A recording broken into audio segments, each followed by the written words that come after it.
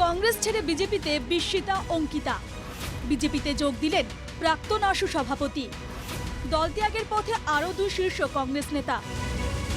রাজ্যে কংগ্রেস নেতাদের দল ত্যাগের হিড়িক। এ ব্যাপারে সাংসদ গৌরব গগৈ বলেন, আসলে কংগ্রেসীদের দল ত্যাগ নয়, এটা আসলে পুরনো বিজেপির সাফাই অভিযান। মই বিজেপি যোগদান কৰা মই নাভাবোঁ। যি পৰিৱেশ ঘটিছে সেয়া হৈছে পুৰণা বিজেপিক চাফাই কৰা অভিযান। নতুন কংগ্ৰেছক সোমাই পুৰণা প্ৰকৃত বিজেপিক ছটিয়া এটা অভিযান চলি আছে। বরপেটার কংগ্রেস সাংসদ আব্দুল খালেক বলেন, এই নেতাদের দল ত্যাগে দলের কোনো ক্ষতি হবে না, বরং আবর্জনা মুক্ত হলো কংগ্রেস। বিজেপিৰ এজেণ্টবিলাক মই নাজানো, বিস্মিতা যাব নাযাব মই নাজানো, কিন্তু বিজেপিৰ এজেণ্টবিলাক কংগ্ৰেছত সোমাই থকাতকৈ আৱৰ্জনাবিলাক যিমান সোনকালে দূৰ হয় সিমান ভাল। বিজেপিৰ এজেণ্ট আৰু কংগ্ৰেছত সোমাই থাকিব নালাগে, আৱৰ্জনাবোৰ যিমান সোনকালে দূৰ হয় ভাল। কংগ্রেস নেতাদের এই দল ত্যাগের হিড়িক দেখে প্রতিক্রিয়া ব্যক্ত করেছে এআইইউডিএফ। দলের সুপ্রিমো বদরুদ্দিন আজমল বলেন, রাহুল গেলেন, সঙ্গে কংগ্রেসও গেল। রাহুল গান্ধী গ'ল, কংগ্ৰেছ দল গ'ল। অসমৰ কংগ্ৰেছী মই বাৰ বাৰ কৈ আছোঁ, এইসকলৰ বিজেপিৰ জেবত বিক্ৰী হোৱা বস্তু হেমন্ত যেনেকুৱা কয় সেই হিচাপে চলে।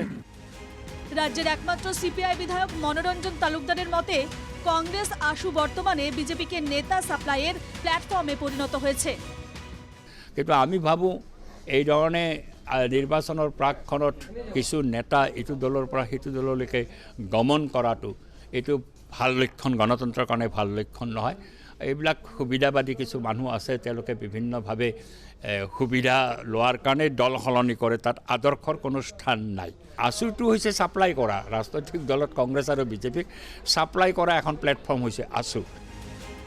তবে বিরোধীদের এই যুক্তি মানতে নারাজ রাজ্যের মন্ত্রী পীযূষ হাজরিকা। তিনি বলেন, ভারতে নরেন্দ্র মোদী এবং অসমে ডক্টর হিমন্ত বিশ্ব শর্মার জনকল্যাণমুখী কাজকর্ম দেখেই বিরোধীরা আকৃষ্ট হয়েছেন, তাই তারা বিজেপিতে যোগ দিচ্ছেন। গোটেই কথাটো হৈছে নৰেন্দ্ৰ মোদী ডাঙৰীয়াৰ নেতৃত্বৰ সুশাসন আৰু হিমন্ত বিশ্ব শৰ্মা ডাঙৰীয়াৰ নেতৃত্বৰ সুশাসন, এই কথাবিলাকে চাগে ৰাইজকো আকৰ্ষিত কৰিছে আৰু নেতাসকলেও ভাবিছে যে বেলেগ দল কৰি লাভ নাই। যিসকল নেতা আজি বিজেপিলৈকে আহিব বা পূৰ্ণগতিত বিজেপিলৈকে সদায় নেতা কৰ্মীৰ আগমন ঘটিছে বেলেগ দলৰ, তাৰ পৰা বুজা যায় যে বেলেগ দলৰ অস্তিত্ব অসমত নাই। মন্ত্রী পীযূষ হাজরিকার মতে, অসমে বিরোধীদের আর কোনো অস্তিত্ব নেই। যে 2-1 নেতা অন্য দলে রয়েছেন, তারাও আগামীতে নাম লেখাতে পারেন গেরুয়া শিবিরে। এমনই ইঙ্গিত মিলল পীযূষ হাজরিকার মন্তব্যে। Bureau report, NKTV Bangla.